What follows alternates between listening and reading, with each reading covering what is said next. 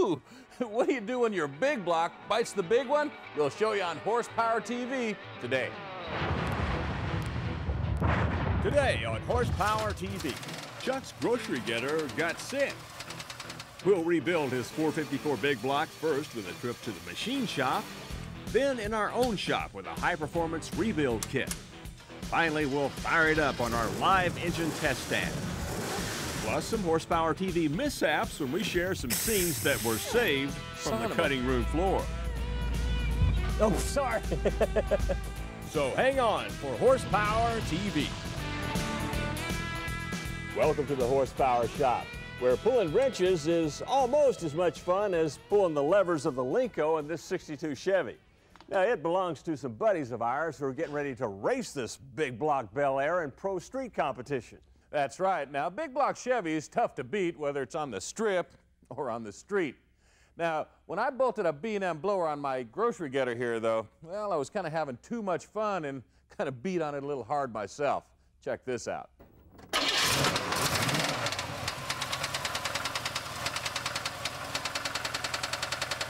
Pretty sad, huh? Yeah, that knocking you heard wasn't Ed McMahon at the door with $1 million check, although we could use the money for parts to fix this thing. Well, I sure hope not, but as you can see, I've already got the 454 out of the wagon here, and well, what do you say we take it apart to see where that noise was coming from? Now, first thing we want to do, flip this thing over so we can get rid of the pan and see what's going on in there.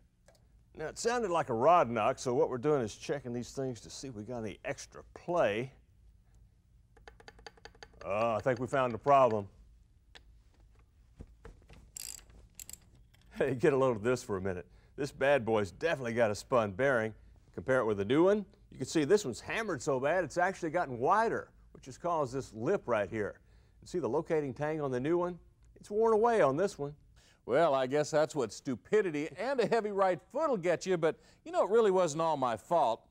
After all, this engine came out of a boneyard Monte Carlo, and, well, there's no telling how many miles were on it. Well, at any rate, we got a rebuild on our hands this weekend. I tell you what, why don't we finish tearing it down, order some new parts, and send the rest to the machine shop. At the machine shop, our block and heads are first baked in this thermal clean oven and then shot blasted. Of course, the block's been Magnaflux for cracks, and fortunately we don't have any, so it's all set up to be bored. By the way, it'll clean up at 30 over. Now, this engine will be run on the street, but it's important for the machinist to know your engine's purpose. If you use a race engine, of course, the tolerances would be greater for higher RPM use, but street engine with a tighter tolerance is designed to last for many thousands of miles.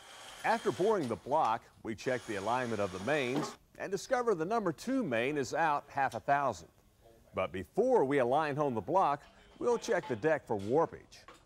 Here, the machinist lays a straight edge on the surface.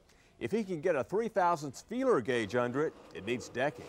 Ours seems to be okay, so we're ready to align home. The caps were cut 2/1000 to actually make the mains smaller so that they can be honed out to the original diameter and give us the correct alignment. Now we're ready for that finish hone of the cylinder bores. The type of finish depends on the type of rings you use, but it's crucial for their proper seating and sealing. While the block is being aligned honed, we're going to recondition the rods. Now, the caps have already been cut and we've installed ARP bolts, and this machine over here is going to hone the big end out to the proper dimension.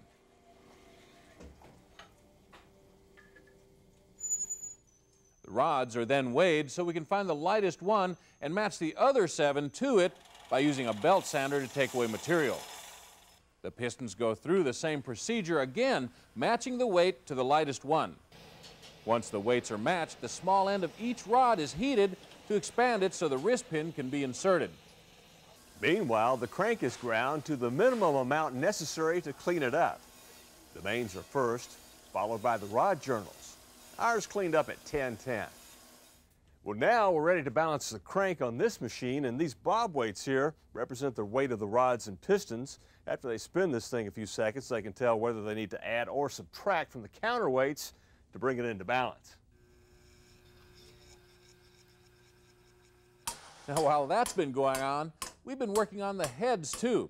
We started by installing new bronze guides, then enlarging the seats for our oversized stainless valves. We also installed hardened exhaust seats so we can burn unleaded fuel without damaging our heads.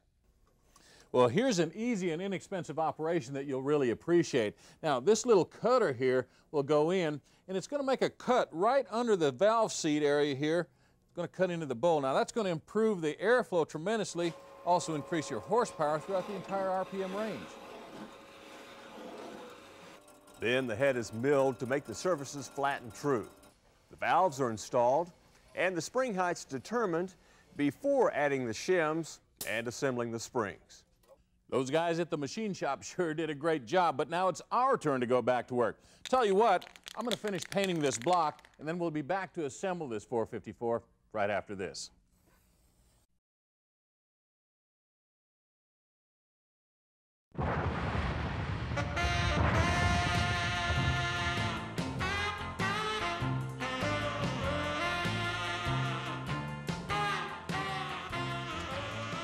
All right, welcome back to the shop and our 454 rebuild. This engine is destined for the street, so it's got to be reliable, economical, and make a respectable amount of horsepower. An engine like, well, some of you guys have built or plan to be building. That's why the parts that we ordered are going to give us the power that we want at a price that we can afford. So we ordered an engine rebuild kit from Summit, and it contains some of the best names in the business. For instance, all of our bearings come from Federal Mogul. The oil pump and the rings come from Speed Pro, and these hyper-eutectic pistons, hey, they come from Keith Black. Okay, with our new mains in place, we're ready to drop that old crank back in. Hey, my buddy. Oh, yeah. I'm your buddy when it comes to the heavy work. Tell you what, all this heavy work's got me a little bit cranky. Oh, you did a great job. There Now I want to show you something here. Here's where they modified the counterweight at the machine shop to bring this thing into balance. Then they gave us a 10-10 grind, which means they took 10 thousandths off the mains, another 10 thousandths off the rod pins, and of course chamfered the oil hose and polished all the journals. Now when you do this job, make sure you use plenty of this assembly lube on all the bearings.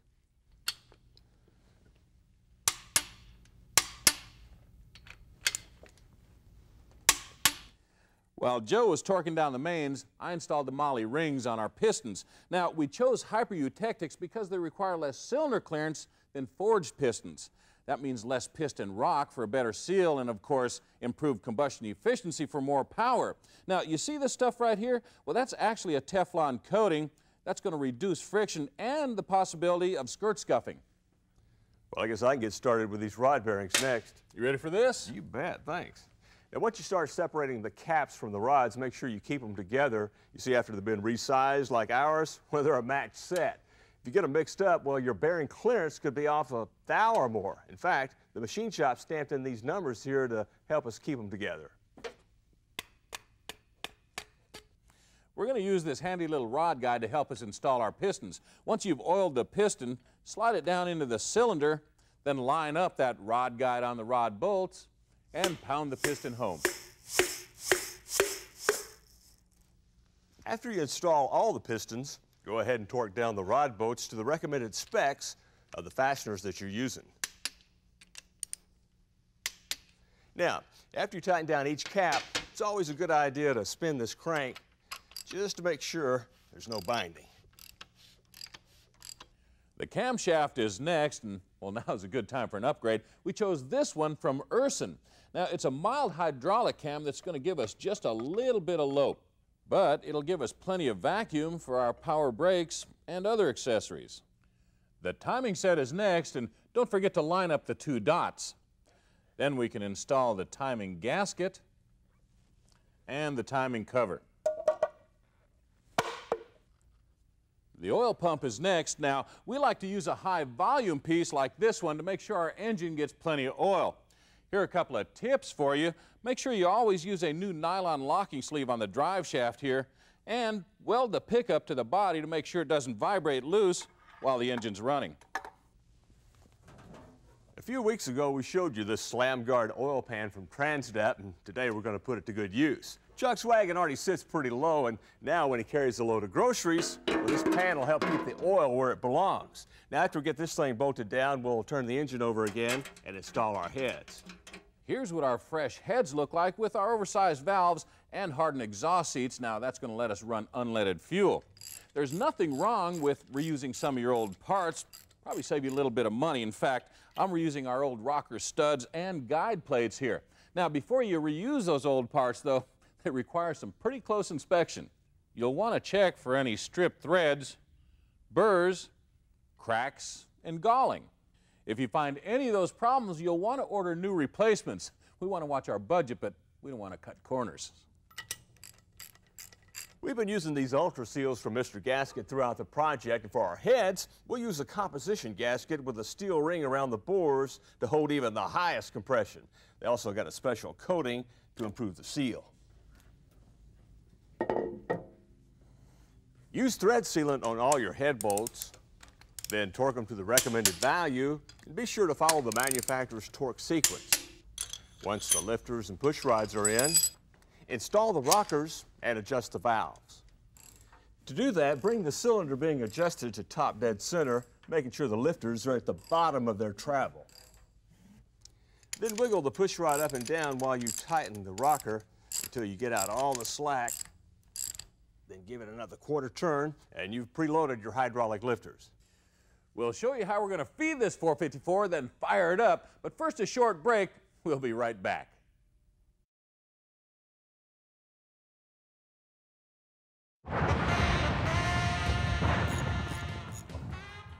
Hey, welcome back to the shop where my old grocery getter is getting close to having its Street Smart 454. Now, to feed that big block, we decided on Holley's aluminum dual plane intake because of its strong bottom end characteristics and their 750 CFM vacuum secondary carb. Now, this carb is going to be big enough to feed that 454, while the vacuum secondaries are going to make sure it only gets as much fuel as it needs. Hey man, I see you're way ahead of me. Well, that's no challenge, but check this. We're using Ultra Seals up here too, and the neat thing about them is they've got this silicone bead around all the intake and water passages. Well, let me give you a hand with that. Oh, that's mighty kind of you. All right, let's go straight down with it. There we go. There it is. The last thing we want to do is damage our new aluminum intake, so we're going to follow a special tightening sequence that starts in the middle and works its way towards the end in a crisscross pattern. We're almost ready to fire up that big block, and here's what we're going to use for that. It's a live engine test stand we got from Automotive Innovations. Lets us test, tune, and check our engine for leaks before we install it. Well, I'm about done here. I'm going to go get that engine hoist.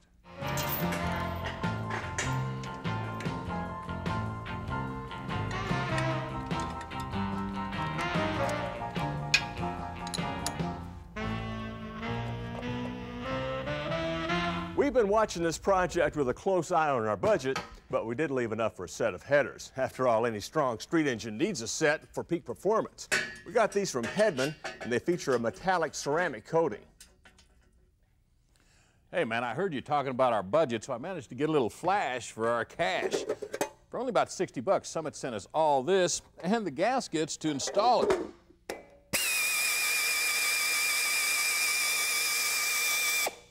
It's always a good idea before you fire any fresh engine to prime the oil pump first. That way, you don't have any dry starts. We had a couple of meltdowns and burned boots on our old set of wires, so we're going to install this new one from Moroso. It's going to give us good voltage and RF suppression.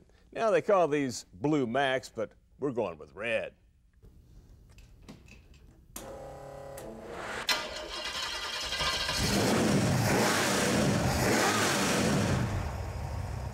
Man, this thing sounds a whole lot better than when we first brought it in here. Yeah, I'd say we went from really sick to really strong. Yeah, and the best part is, it didn't put the strong arm on my grocery budget either. I'm not even going to miss a meal. After all, we spent about $500 on machine work, $600 on parts, and a couple hundred more on accessories. Yeah, about what he spends on a week's worth of groceries. Stay with us. We got the best of the worst of Horsepower TV coming up.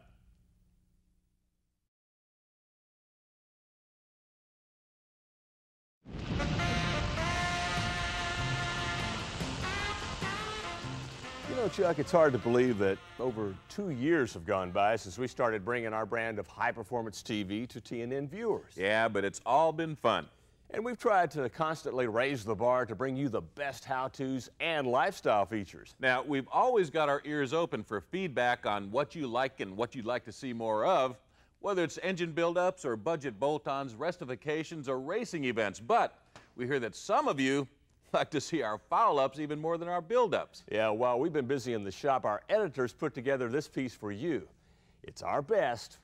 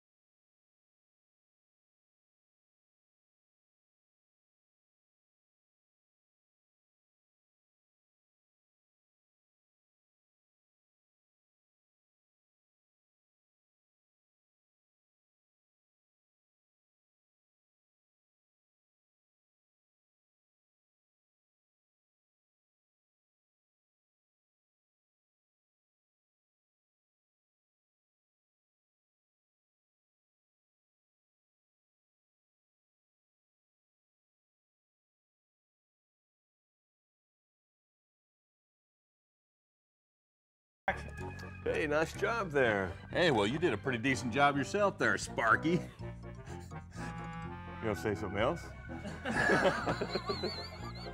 Hey, those fans and radiator look pretty cool in there. And speaking of that, how about this cover I got from OPG for it, huh? Well, that'd be great, but you got to turn around backwards again. Man, I tell you what, this car was no turkey before the project, but I think we turned it into a high-profile flyer. How'd we do on the budget? How'd we do on the budget? I don't know. I think we turned it into a high-profile flyer. How'd we do on the budget? Well, after the, Got plenty of gas now.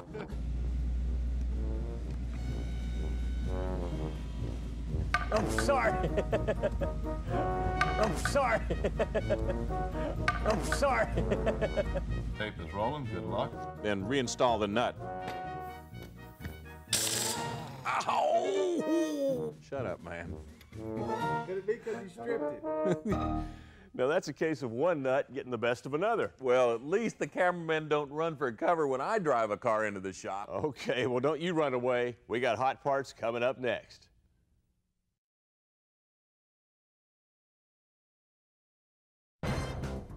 Now, Horsepower's Hot Parts, brought to you by Summit Racing Equipment, your source for high-performance parts for 30 years. If a Honda pulled up next to you at the drag strip, well, chances are you're going to be imagining the wind light coming on in your lane before you even leave the line. But with a little nitrous boost from Zex Innovations, now those Honda owners can have the last laugh.